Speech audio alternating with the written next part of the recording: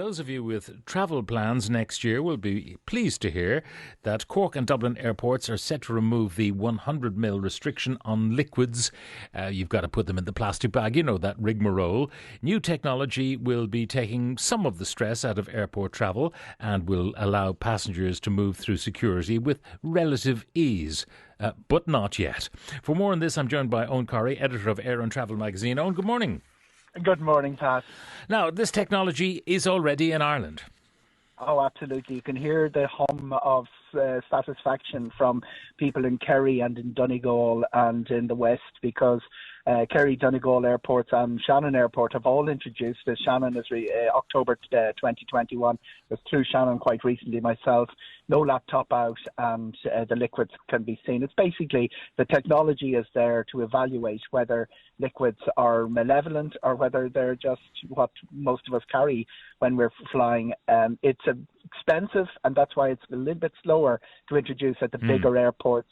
How much did it cost in those smaller airports? It's hard to evaluate. It's part of an overall budget of things, but Smiths Detection are the company that's supplying most of the European airports, and it can work out at a couple of million. I mean, Shannon bundled it in as a 2.5 million security upgrade. Their Cork are talking about who are going to get it before Dublin, and largely because their numbers are under, they're around 2 million, whereas Dublin is looking at just over 30 million passengers next year. But they will be bundling it in as part of a €6 million security upgrade. There are also different standards, and that there are different grades that you can buy in on, and it was of huge interest under the EDS-C3 certification process. It was of huge interest to Shannon to have their technology up to the same standard as there is in the United States. Some of them are passed in the United States, some are passed in Europe. I'd imagine Dublin will be doing the same thing. It's not as big a priority for Cork.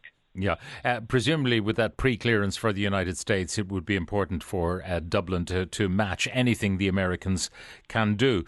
So, absolutely, and there's a second security going through in most European airports when you fly to America. There's a separate scanning process. That's how daft it is. There are different standards required by America. The idea in Dublin would be to get them all under one scanning process. Now, the numbers in Dublin are absolutely enormous, so one presumes that given the queues and so on, and the number of machines that will be required, we're talking about a very significant capital investment here. Very significant, but the payback is quite big in terms of your security queues. The security queues this summer were in the news, but the impact of this in security queues is enormous.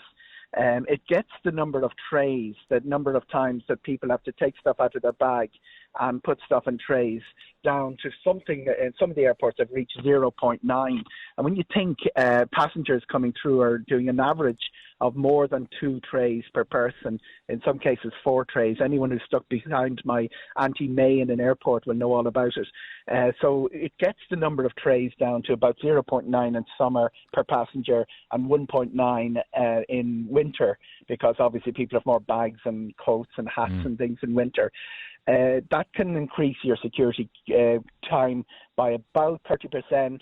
It works better in the smaller airports who mainly have it rather than the larger airports. The 3 larger airports in Europe who have it already are Copenhagen and the 2 Milan, Linate and Malpensa Airport, the 2 Malpensa, two airports in Milan. When will we begin to see these machines being rolled out? I mean, you can't have them on one queue and not on another, so they've got to upgrade all airports at the same time, although you could do Terminal 1 and Terminal 2 separately because they're different processes. Absolutely. It'll come in Terminal 2 before it'll come in Terminal 1. That's just the logistics of it. But we are looking at summer 2024 before the whole of Dublin has it. I'd imagine Cork will have it a little bit quicker than that. It's also important to remember that if you're transferring to another airport, it's of no use whatsoever. You will still need to take your liquids and laptop out for the transfer to the second airport. So, it's not a case of carrying that large bottle of premium whiskey to the uncle in America, because it's going to be confiscated in other airports. Now, the good news is other countries, the English regulator has asked all its 50 airports to have proper security screening in place by the end of 2024. Whether that'll happen is a different issue. It's a different jurisdiction. The big bonus for, say, the DAA would be perhaps fewer staff to police the security queues. Staffing is a big issue. It's looking already like a big issue for next year. The huge airports that were really hit by security staff shortages this year, and listeners have been listening to this all summer, mainly Amsterdam and Heathrow are already warning that they will be putting caps on the number of flights for next year. And it does look like Dublin obviously has laid off its temporary staff for the winter. It does look like it'll be a big recruitment problem for them coming in. It all kicks in the week after St. Patrick's Week next year. We'll know all about it, whether they're up and running. There are secondary issues which won't be there in 2023 that were there in 2022, such as the badging system and the extra security clearances which came in this year in Dublin. But to give an example, KLM's hub, Amsterdam, had put caps of 80,000 passengers a day on their passage through Amsterdam. That's 20,000 less than Dublin. That's the level of security staff shortage that's causing problems all over Europe.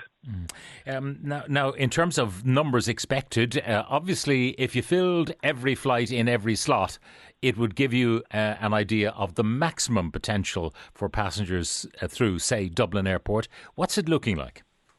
The slots, ACI slots data came out earlier this week. It looks like we've 30.1 million seats available out of Dublin. That's well below what we did in 2019. It's about 9% below.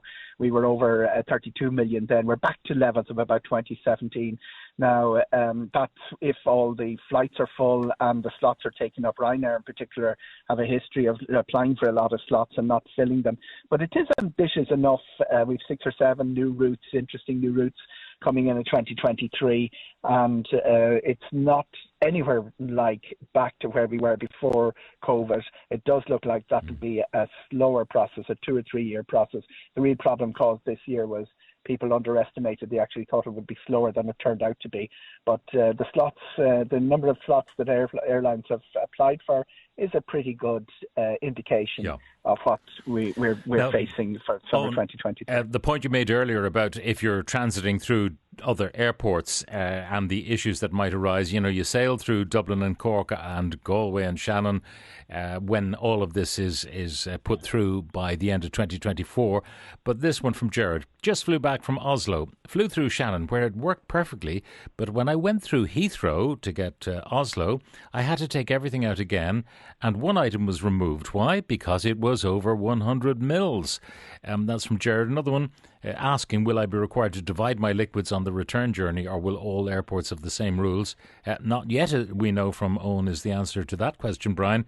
But it is worth reminding people, although you may sail out of Dublin Airport and Cork when all this comes into being with large bottles of aftershave, 250 mils instead of 100, and then it'll be taken from you unless the return airport has got the same facility. Jared's point is absolutely spot on. The thing that really annoys people, don't mind taking stuff out of bags, but when you've got that bottle of olive oil that you're bringing back from Italy and it's taken from you at the airport, that's really what drives people over the edge. And that is going to continue to happen until all more airports have it.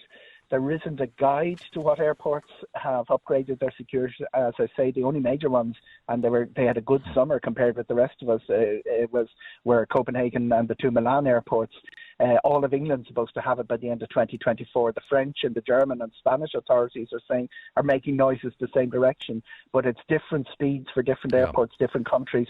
Point to point is the only time you can be absolutely sure. If you're getting off at the airport, you're arriving with your bottle, bring your bottle. Yeah, and of course some of the airports that airlines, including Ryanair, fly into are small, and the investment may be trifling for them, or it may be overwhelming for them, and it just may not happen. Anyway, there's another story, Eoghan, I wanted to talk to you about. Booking.com is seeking damages from Ryanair in the United States over screen scraping, which Ryanair has alleged Booking.com has been doing. Yeah, this is Ryanair have been very litigious on this over the years, and Ryanair have chased Booking.com, eDreams, all of these people for screen scraping. They have said, you're going into our website with bots, picking our fares and selling them and slapping a 10 or 20 euro charge on top of it. They claim it's illegal. They've chased down screen scrapers all through the courts of Europe.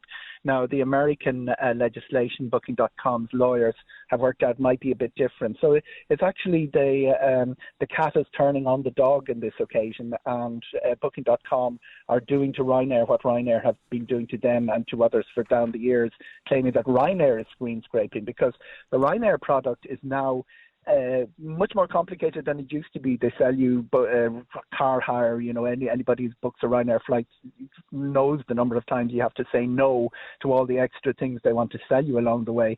Booking.com, it's probably a tactical thing. The way lawyers think is beyond beyond the means of mere mortals such as ourselves. But I suspect it's a tactical thing to buy off cases that are coming in the other direction.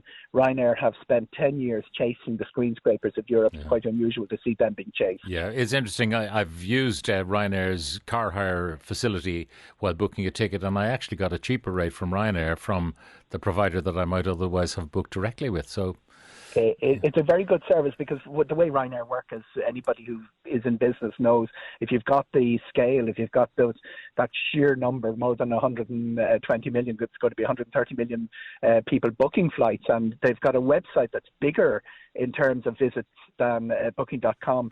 So you can actually go with that scale to a car hire company and say, we'll do you a favour by sending you some of our business. All right, Eoghan, thank you very much for joining us. That's Eoghan Corry, editor with Air and Travel magazine.